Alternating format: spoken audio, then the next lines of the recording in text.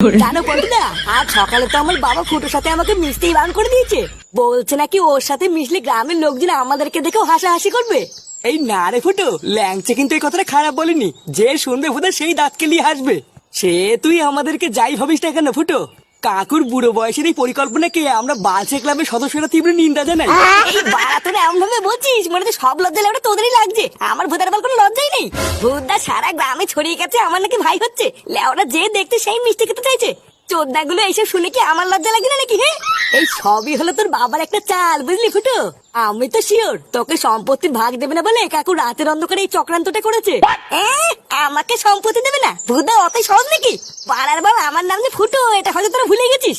যদি কোনো চুতুর বুতুর দেখি বা যদি কোনো সম্পত্তি এদিক ওদিক হয় না, ওই বাপের পোলতে তো আগুন ধরাবো, আমি সম্পত্তির গোষ্ঠী গুদ মেরে দেবো। তাহলে তুই একটা কাজ কর বুঝলি ফুটো, কোনো একটা অঘটন হয়ে যাওয়ার আগে তোর বাপের কাছ থেকে আজ রাতেই সম্পত্তির ভাগটা চেয়ে নে বুঝলি। হ্যাঁ রে, পোল্টুদা কিন্তু এটা একদম খারাপ বলেনি।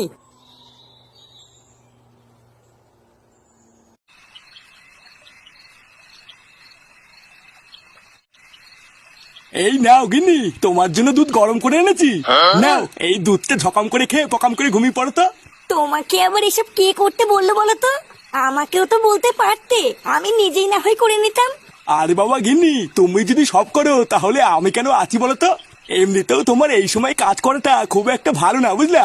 আর তাছাড়াও ডাক্তারও তো বলেছে রোজ রাতে শোয়ার আগে তোমাকে গরম দুধ দিতে। নাও নাও, আর কথা না বাড়িয়ে ঢক করে খেয়ে শুয়ে পড়ো তো।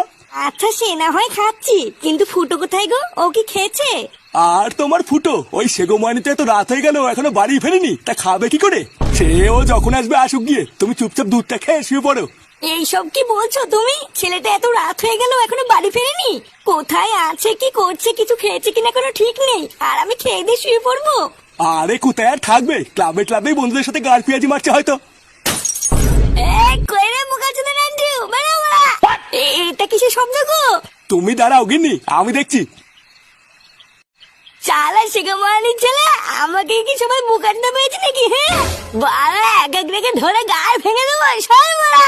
এইসব তুমি কি বলছো? চুপ করো, বাবা বাড়িতে আছে।